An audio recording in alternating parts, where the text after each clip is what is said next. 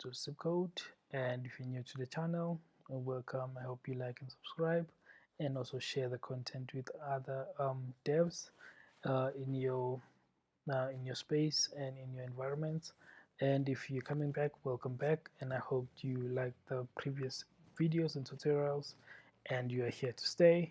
So without wasting any time, let's get right into it. So today we'll be talking Spring Boot, Spring Security, Data JPA, role-based access control. So that is what we are focusing on.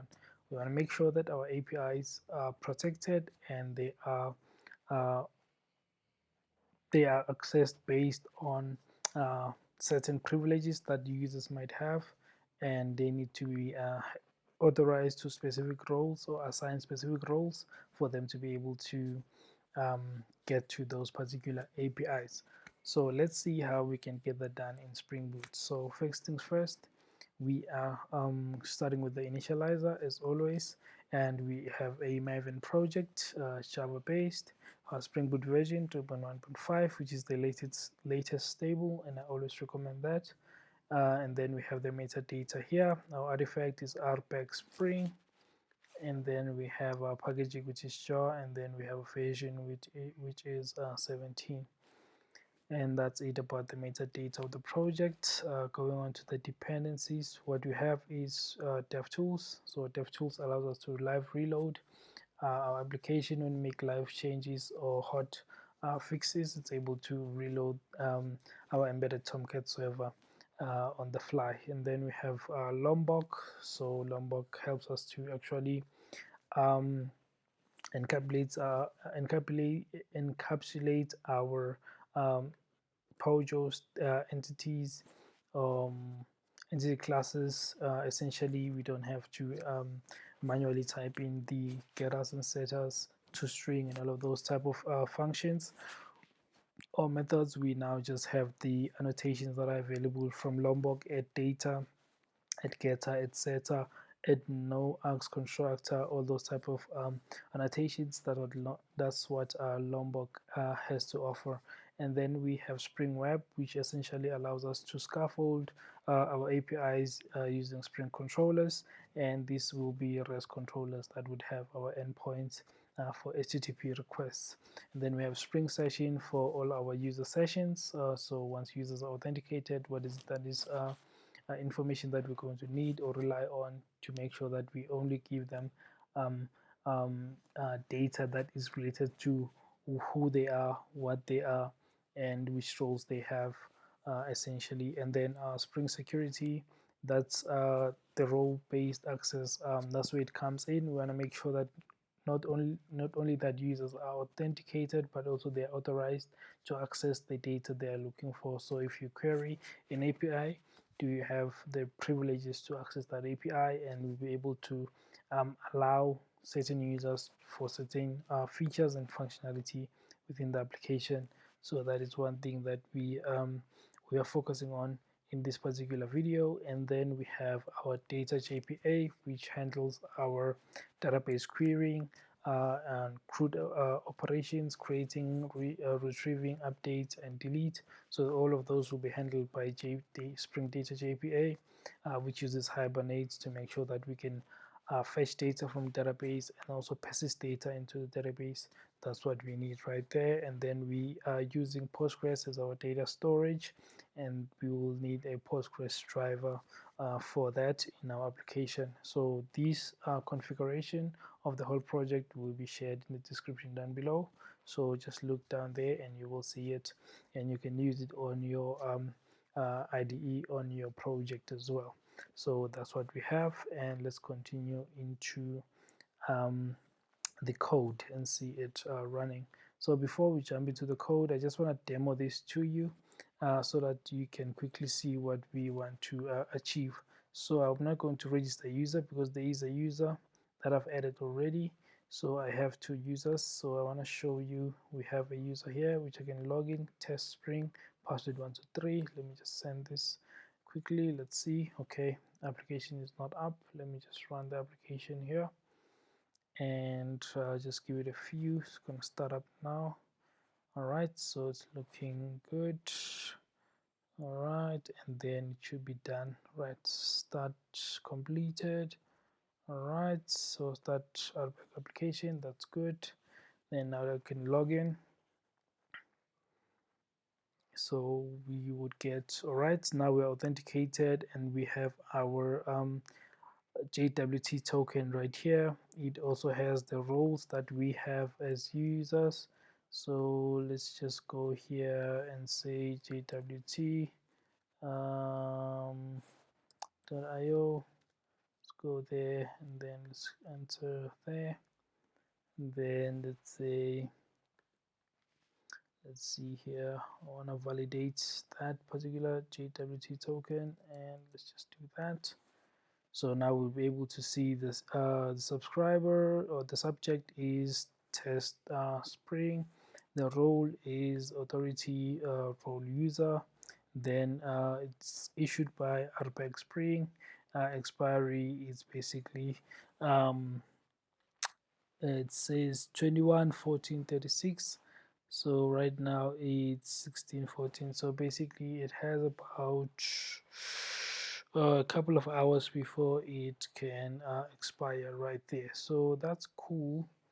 We essentially have that token, and then let's use it right here. So we can just plug in that JWT token here. Then let's save this, and we can come and see. So this the profile, only a user that has the role user can access that one. So let's do that and see. So we see test user is coming back, and then this one you only need to have admin role to access it. So let's see what we're going to have if we're going to get a list of our users. So here it says forbidden because we don't have that role, and also this one is also an admin role. So also here the user is forbidden right there. So we can see that our role-based access control is working as intended. We know that this endpoint is only for role user, that these ones are for admin and these ones are for admin. So this one is open. It doesn't need anyone to be authorized or authenticated. You can register, and also you can log in once you have successfully registered. So now let's change this user to admin user. So admin user has both user uh, and admin role. So let's see this. Let's take the JWT, go right here and validate the token here. Now you can see this is admin user, that's the subject, and then the roles, they have role admin and role user right there. Then issue RBAC, and then the expiring, it's 21/17, then issued 16/17. So that's basically what we have over there. And then now we want to see if this user, let's just plug in that JWT here. Let's plug it here on our authorization, and then let's come and now check profile, and let's enter. So now profile is coming back because this user does have a user role, so it will give us that admin user. But if that role was not there, so as you can see here, this user has both the roles. It has the user and it has admin. So if they didn't have this one, they wouldn't have access to this particular one. It would say forbidden. So you'll see this in a few after demoing it at the end. So now if we go to admin user, let's just add that, and then boom, now we're able to retrieve the data and it doesn't have any excuses. So this is basically all the users that we have in the system. So basically, obviously, as you would know, that in a typical API, you wouldn't want to send back the password. You wouldn't want to send back some of the stuff, authorities, non-expired, non-logged, all of these you would want to protect. So you'll have a DTO that will send back. But for now, this tutorial is just to make sure that you can see how role-based access control works in Spring Boot, and how you can secure APIs based on each individual role, then assign them accordingly. So let's also see this one. It said forbidden for the other user. So now if we go and hit that, now we're able to see the roles.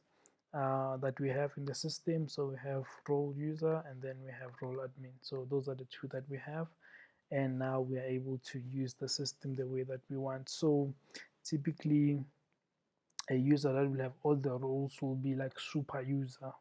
I think that would be much more appropriate. So if you have super user, then they would have access to everything. But let's say a user will just have one, and then admin would have one, and then super user would have all of them. So we'll see that in action in a few. So we'll use the register, and then we'll log in with the super user or a different role. Let's actually do this. Let's register a user right now, and let's just say admin. Let's just say admin. Yeah, let's just say admin only, and then password is still the same. Then let me just change that to that, and then everything else here should be fine. Then let's add this user created. That's good. So this is just admin. So let's go to login. Then let's just say this is admin, and then now we have a token. Let's take that, and let's just validate it here so that you see what it has. So it has role admin and the user admin. So let's go to our authentication here. Let's save that. Now when you come to profile and we say give us the profile, boom, now that is forbidden. So it means our RBAC is working as expected. So now let's see how we can achieve this in code. So the first things that I would want to talk about is the pom.xml. So the dependencies that we have here, we're just missing two dependencies here, which is, let me show you now, on the pom file, you'll just need to add those, is these two dependencies here, JWT dependency as well as jvex.xml.bind dependency. So if once you add these two, and obviously I always recommend latest table, so add the ones that will align with the latest table on your configuration on your project. So once you add these two also, you should be fine, and they should be available once you type in your browser JWT dependency, JVX XML bind dependency. Then once you have those, you should be good to go.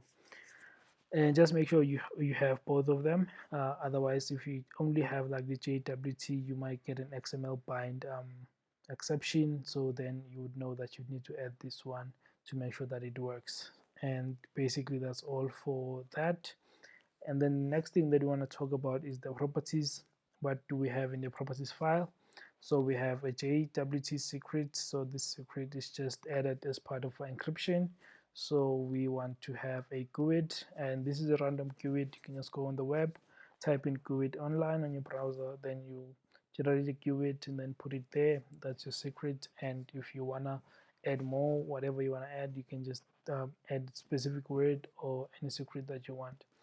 And then the next thing is our data source specification or properties, and then we have the data source URL, which is the database that we have on our Postgres, and then the username, the password, and then the DLL auto for Hibernate is update, and then the dialect that we'll be using is Postgres dialect. So that's basically what we have, nothing fancy over there, so this is good. And then the other thing that I would want to dive into now is this Spring security. Yeah, that is the essence of why we're here. So I want to dive into the security package. So if you look at the structure of the project, we have a controller, entity DTO, repository for our JPA repositories, then security for our security configuration and JWT, and then security DTO. This is the authorization or authentication request DTO. You'll see that in a few. Then we have the service for our business logic right there. So let's start on the security. So if I open the security, we have a JWT request filter. So our JWT request filter is just a component, and it extends once per request filter. So basically every API call that happens, we actually want to execute um, a filter trigger that will then basically do the filtering of our API calls or requests to make sure that they are authorized and they are authenticated and this is the right user, and all of those details are there. So we basically, what we do is plug in a user detail service. So the user detail service that we have here is coming from Spring Security core. So if you see here, it's org.springframework.security core user details service, and then we use that. We do a dependency injection of that service, and then we do a JWT token util. So the token util is a class that we create because we have to generate the tokens ourselves and validate them.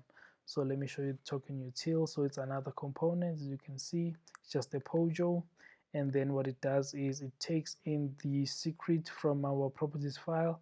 And then once we have the secret, this is just a token validity, the time that we want to validate the token. So it's like 5 hours apart. So our token will essentially be, if you log in now, then you have 5 hours in your session, then it will be expired or and then invalidated, and then you can use the refresh token if you want to continue the session, and you should be fine.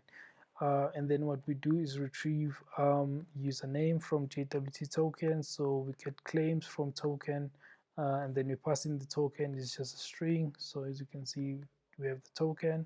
Then the claims, we get subject. So as you can see on our validation here, we want to get the subject, which is the username, like that. So once we have the subject, that is basically the username of that particular user, then we get the expiration date from token, then we just get expiration, then get claim from token.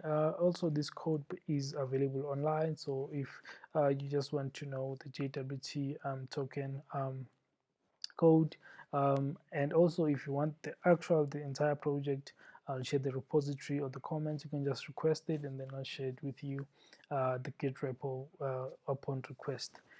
And then we also, every function here, we're basically passing in the token, and you get what you want from the token. So we get claims from token, and all of those details. You will see authorities, and all of those is added in the JWT util. So as you can see here, we also do the generate token here, and also generate the refresh token here, and everything is basically the way that we expect it to be. So this is the actual where we sign the actual token, we're passing in the secret, and who the issuer, and the expiration time, the issue time, and all of those. So that is basically what we do right there. And also we have the validate token right here. So I don't want to dwell much into this because this is a continuation actually. So I'm going over this so that everyone who's someone who's new, they get to understand where it starts. So this JWT token util actually handles all the creation, issuing of JWTs, and validating the JWT for us. So that's what it does. And then we then get to our do filter. So our do filter takes in the request and also a response, and then we have a filter chain. So our filter chain will differ based on the beans that we have for our, or the beans that define our security filter chain, and you see those in our security configuration just now. And then what we have is a string request token header. So we get the header and authorization. So we'll get the JWT, and then we just make sure that it's not empty. Then we say chain dot do filter. So when you say dot do filter, then it will take the request and then passing through the filters that we have in our security configuration. I'll show you that just now. and you will see how it will handle that. So once we pass that, we are good to go, and we will go to our JWT token and get the actual token itself, and then we get the username from the token like that. So get username, so util.get username from token, and then get the user details, load user by username.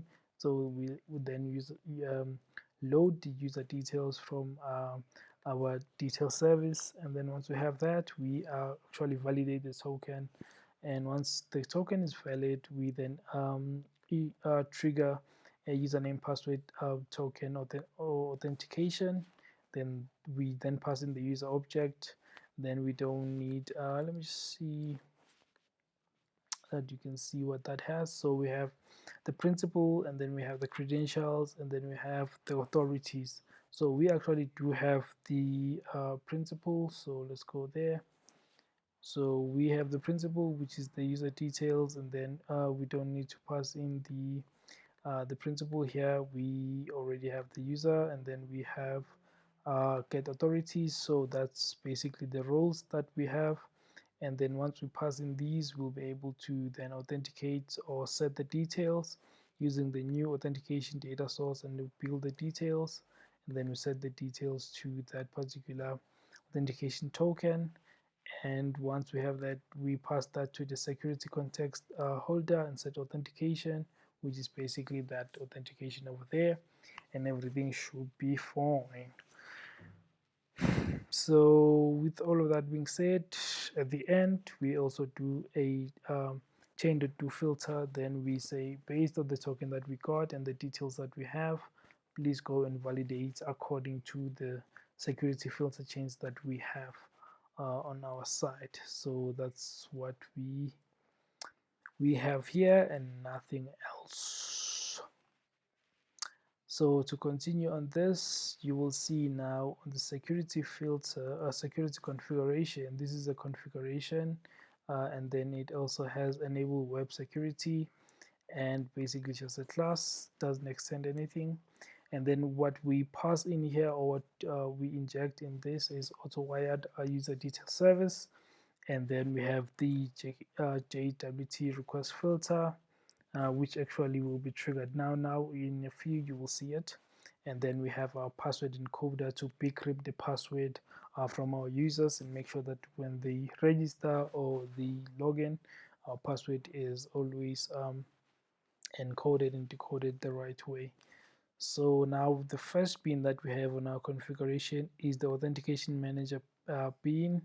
So the authentication manager bean, you will see, we'll use this in the login controller for our authentication. So authentication manager bean, so we have the auth configuration that we passed in. It will be available when this bean initializes. And then we have our configurers here, which are final configurers, which is just a list of our authentication configurer adapter. And then we say configurers.add new global configurer.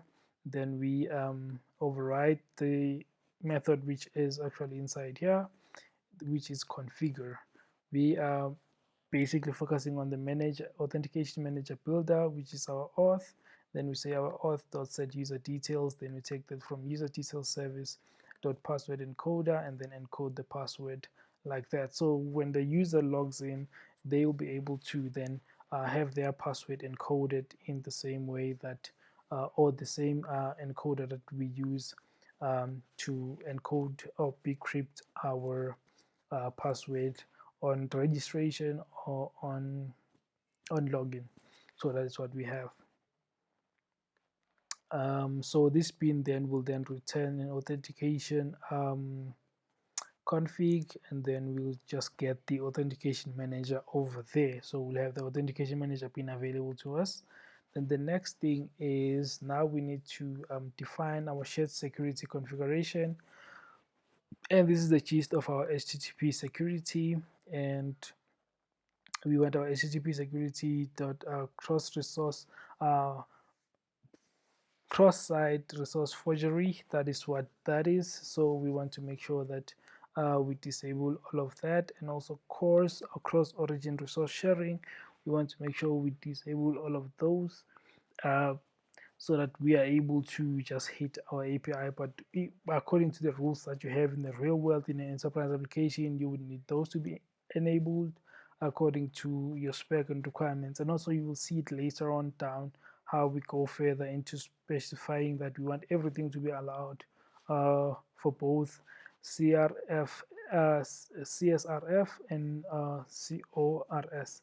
So you will see that in a few. And then we have our HTTP security manager. So we want to set the session here for both of these, and our session will be HTTP security session management, and the session creation policy, we want them to be stateless.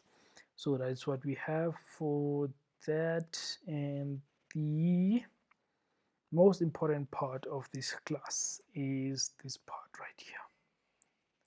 It is this part right here. So these three beans, just so that it is clear and you understand what is happening. So there are not three. How many of them do I have? I have, oh yeah, it's about 5. Let me see. Yeah, so it's 1, 2, 3, 4, 5. So these 5 pins, all of them are basically the same pins, they just do different things. So they have different rules, but they are all the same thing. So I'm going to explain one and show you how the other one differs from that one. So this one is the first pin, is a security filter chain, which is triggered from our JWT request filter, as I mentioned. So this is our security filter chain, and it's a global filter chain for all our APIs.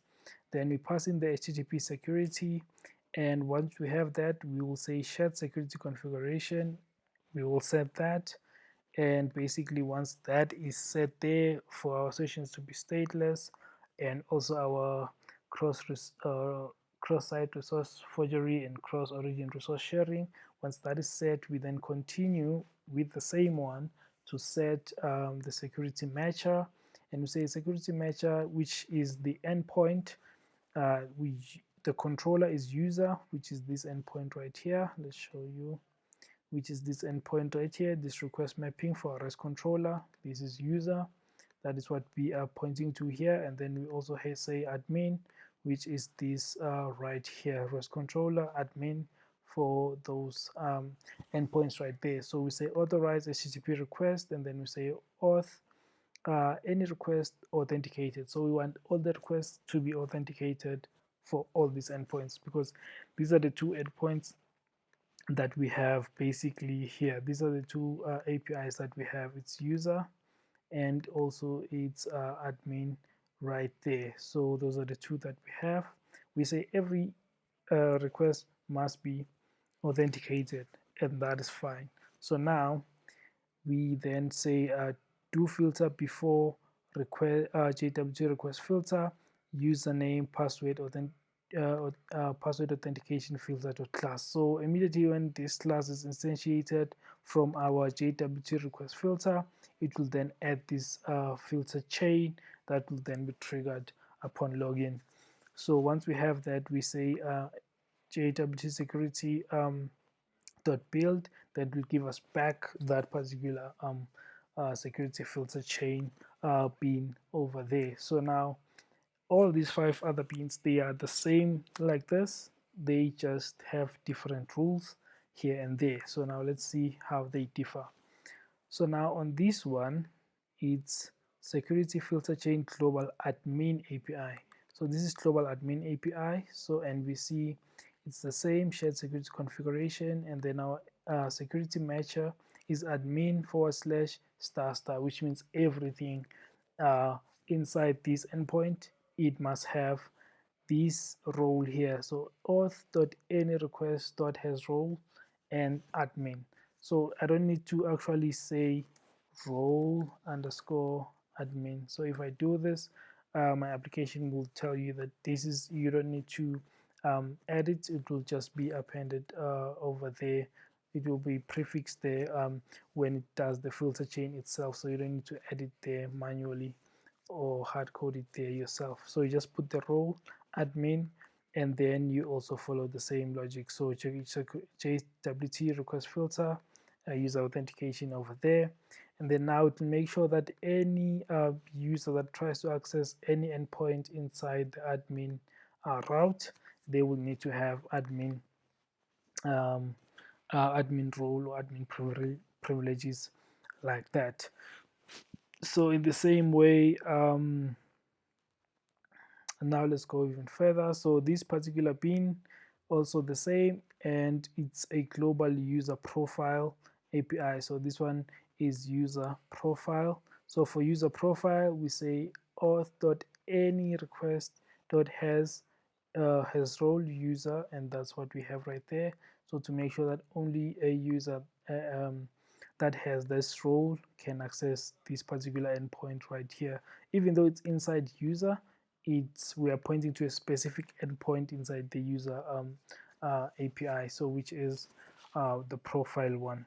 So that's basically that, and then to build the security filter chain for profile API, and then the other one is login, and basically this is security filter chain login API, and we do the same thing. We just say for user authenticate, we want to permit all here because everyone needs to be able to log in, and also for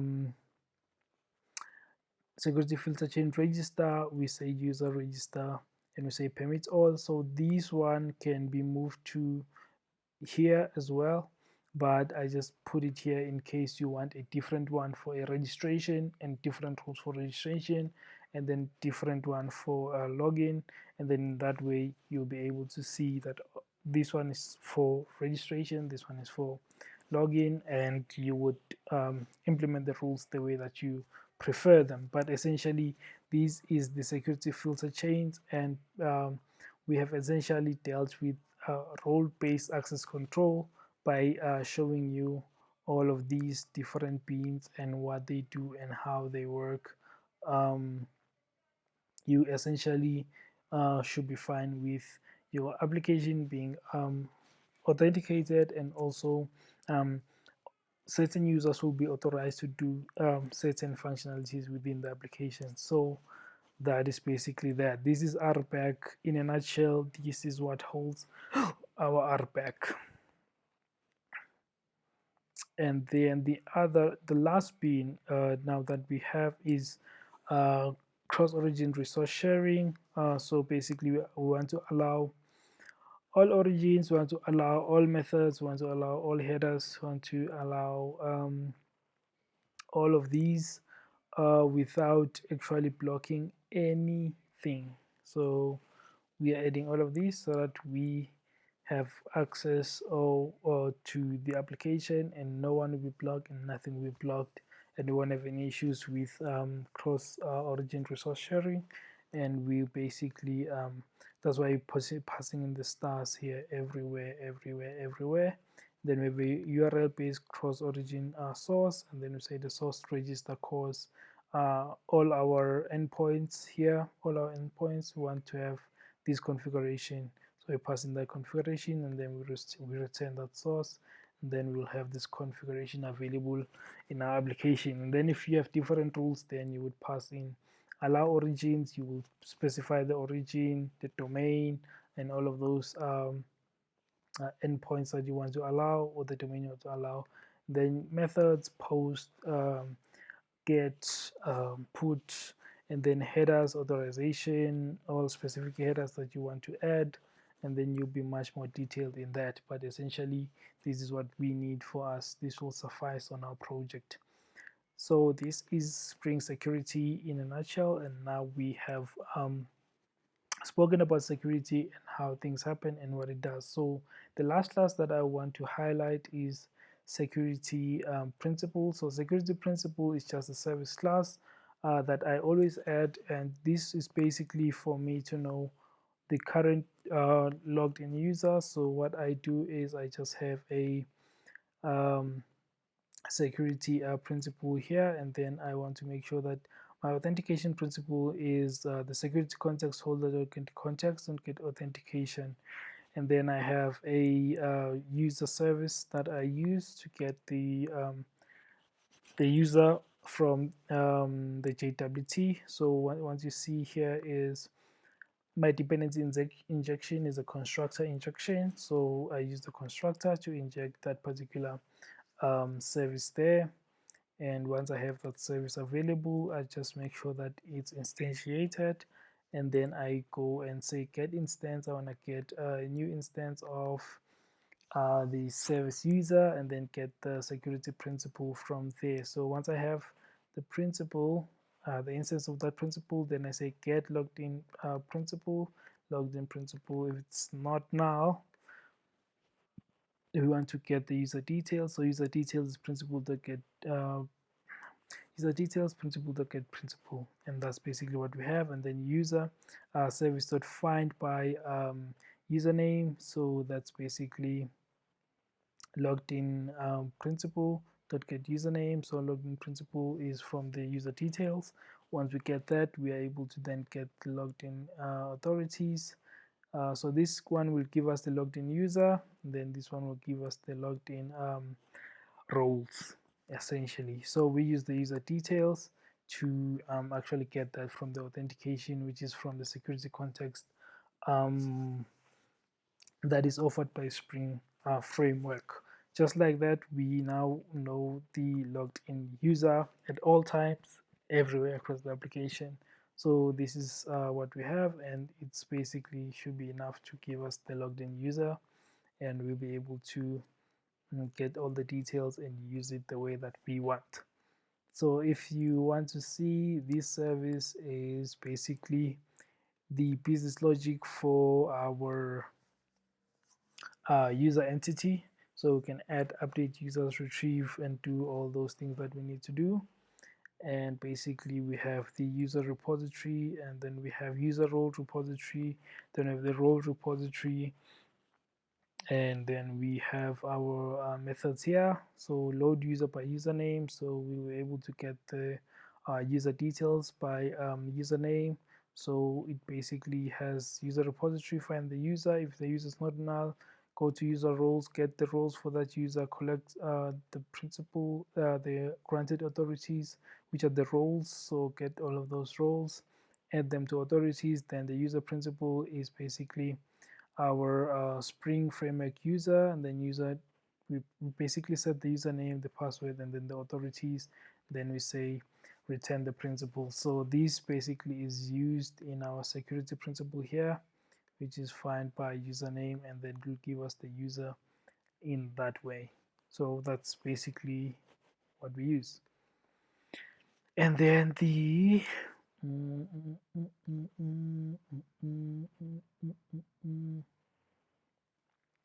um, let's see what's next. So what's next is, let's go to, let's see the security DTO. Security DTO is authentication request. So authentication request is username, password. It's just a POJO, nothing fancy. So it's just that. And then the response is basically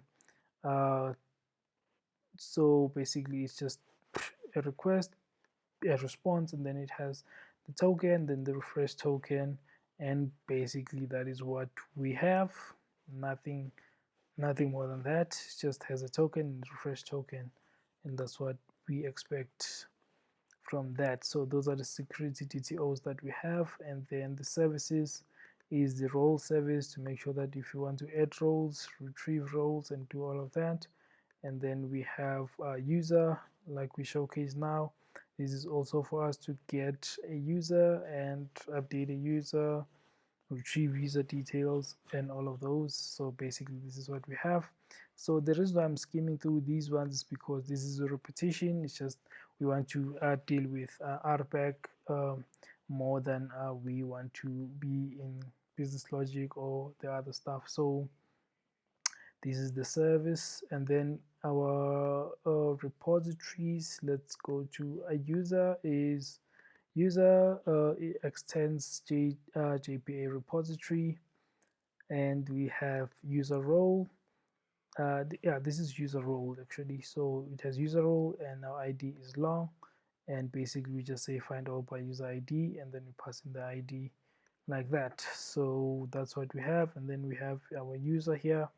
Our user is also a JPA repository. Then we pass in user and we pass in long. So we want to find user by username and password, and then find user by username. Those are the two that we have over there on our interface, and basically that's it. And then we have role. The same way, role is a JPA repository, and then it has role and it has long. So we find role by name, then we get the role that we are looking for. And basically those are the three repositories that we have. And the other thing is entity response. This is just our response that you see here. So let's go to these fields here: timestamp, message, status, data. This JSON response that you see is basically our entity response here. This is the map that you have. So we have the date, which is new date, then we have the message, then we have the status, HTTP status, and then we have the data, which is the response object itself. So this is entity response to make a custom response that we want to have. And then we basically have a response entity, which is of that object. And that's basically how it looks like.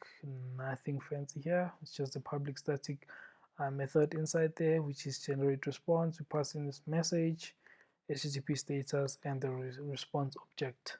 So it could be anything. It could be generic as you want, and then it gives you back a response that all the responses will look like this.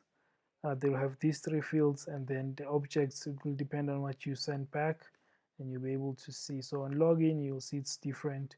The data has the token and the refresh token, just like that. So but the response is basically the same across all our APIs. So that's basically what we have. And then now I think, yeah, the user, let's go to the entities. Let's go to user. So user add entity, because we want JPA to know that this is a table in our database. So the table name, because the database already exists, this is the table name that we have, and it's different from the class that we have.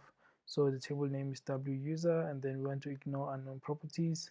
So we can also hide some of them if you want to, but I essentially just return everything for now.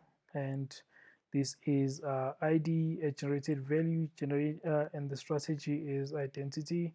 So this will basically be auto assigned, and then that's basically fine with me.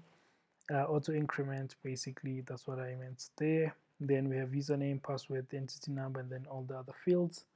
So that's basically what we have for our user. And then user role is the same, is an entity. Table is user role. Then we ignore our unknown properties, and then we have our ID here. Then we have our relationship with user and our relationship with role. So that is basically what we have, and nothing fancy right there. And then the last one is role. So role is entity, table is role, and then I actually don't need to name the table because it's the same as role, so it doesn't need to be defined. And then we have our ID, and then we have the name of the role. Then essentially that's it. So those are our entities, and then finally now to our controllers and see how things get done and completed. So let's go to user. So user has authentication manager, which was defined in the security configuration. The authentication manager bean that was defined there is the one that we're going to inject here and start using it. Then we have our user service, which will give us the user, and then we have our JWT util, which will basically generate the token for us. Then we have our password encoder, which will encode the password when we receive it from the user. And now let's see what happens on our login. So upon login, this endpoint here, which is user authenticate, this is what happens. So a user hits this endpoint here with the post message, then our request body has a username and password. So we go to authenticate, and authenticate is basically get username, get password. So we pass that to authenticate. Then we say authentication manager.authenticate. Then we instantiate this username password authentication token, which then triggers our JWT filter, and then it validates the token that it's not expired, the user exists, get the user, get the role, and this is the correct user, and then pass that to the filter chains. Do they have this role? Do they have that role? Do they have that role? Do they have that role? And all of those. So basically, once this is triggered, it triggers the JWT filter over there. And then once this is fine and no issues come back, we are able to then continue. So this is a try catch. So we'll be able to say if there's anything that failed on authentication over here, we'll be able to send back a failure on authentication, which means unauthorized. Then we say invalid credentials, please check details and try again. So that's what we want to send back. And let's just do one so that you see. Let's do that and you will see what will happen to this particular request. So you get a 401 unauthorized, and basically that's the message authentication status 401 invalid credentials, please check details and try again. So this is a generic response as I mentioned earlier, and you will see that we get this response because the authentication here did not succeed. So, but if it does succeed here, what do we do then? So what we do is we want to have the user details. So we go to user service and load user by username. So we say authentication request.get username. So we just get the username, and then we say generate token using the user details. And then we generate the free refresh token using those details as well. And then once we have these two tokens, we send it back to the user and say authentication, okay, this is the token, this is the refresh token, because we've already in the security context here the user is authenticated. We just give them their token right here, and basically that's it. The user is logged in and they have their token and everything runs as smooth. So now if you go back here and we just go back to admin user and say that, now we get the token and we get the refresh token. So now Spring Boot's Spring session is aware of a user that is logged in and it has these details, and we know this by going to validate our JWT, and we get all of these details here, and we are then satisfied that JWT is working fine and as intended. So now we're able to test these particular endpoints and see if this user can access that, and no, because they are not assigned or they do not have privileges according to our security filter chain right here. So they are not they don't have privileges of they don't have the role of user, so they cannot access that endpoint over there. So that's what we have seen here. And then the other one is register and profile. So these endpoints register, as I've highlighted on our security configuration, register is here. We just said on register permit all, and also on authenticate we permit all, but for profile, which is this one right here, we have added a role-based access for that particular endpoint, which is this pin right here. So you can see that all of these are under the user endpoint, but for each function or for each endpoint within user, we want to specify different roles, or want to specify specific rules for it, to say you can access this, you cannot access that. So that is how we go about achieving RBAC. And then let's see the admin access. So admin access, you can see that this is admin, and we just have two get methods, user list and role list. So to get all users here, and we get all roles here.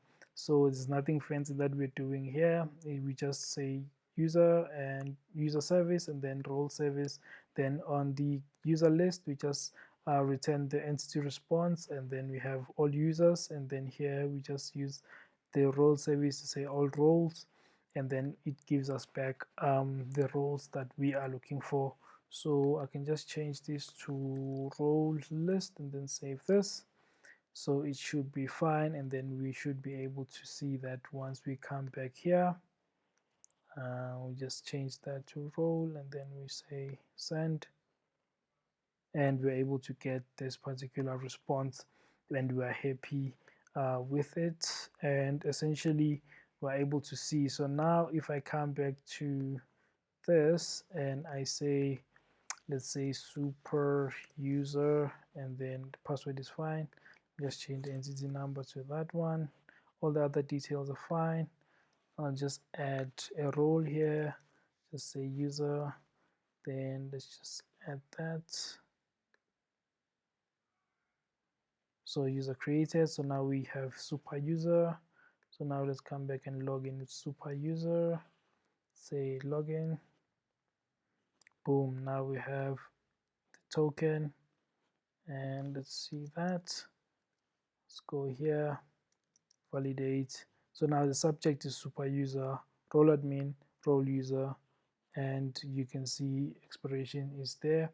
Then we are able to come back to our authorization, paste that, save it, and then go to admin user, send, get a list of users like we want, and then come back to role, get the list of roles like we want, because now this user is a super user, they have all the roles and they're able to access all of this. But the moment that I change my login to a user that just has test spring, which is the one that we had, that just has one role, or let's just go and register another one so that you can see. Let's just say this is a new user, password is the same, I don't need to change the password.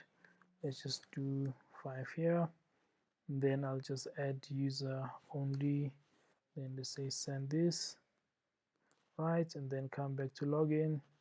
Let's just do new user right here, then let's do that, and then now we have a token here. So let's take this, go validate it, and let's paste that. So now we have new user, role user, then let's go and paste it on our authorization. And then when we come back to profile, we should see profile, and the profile is new user, entity number 05, and then we are able to then test if you can see the list of users. Now it says forbidden because we actually don't have that role to access admin endpoints. So basically for this tutorial, that's it, and I hope that you liked and you subscribe for more tutorials like this. And if you have a specific request, please do not hesitate to share it with me, and I'll get onto it and show you how to get it done. For now, cheers.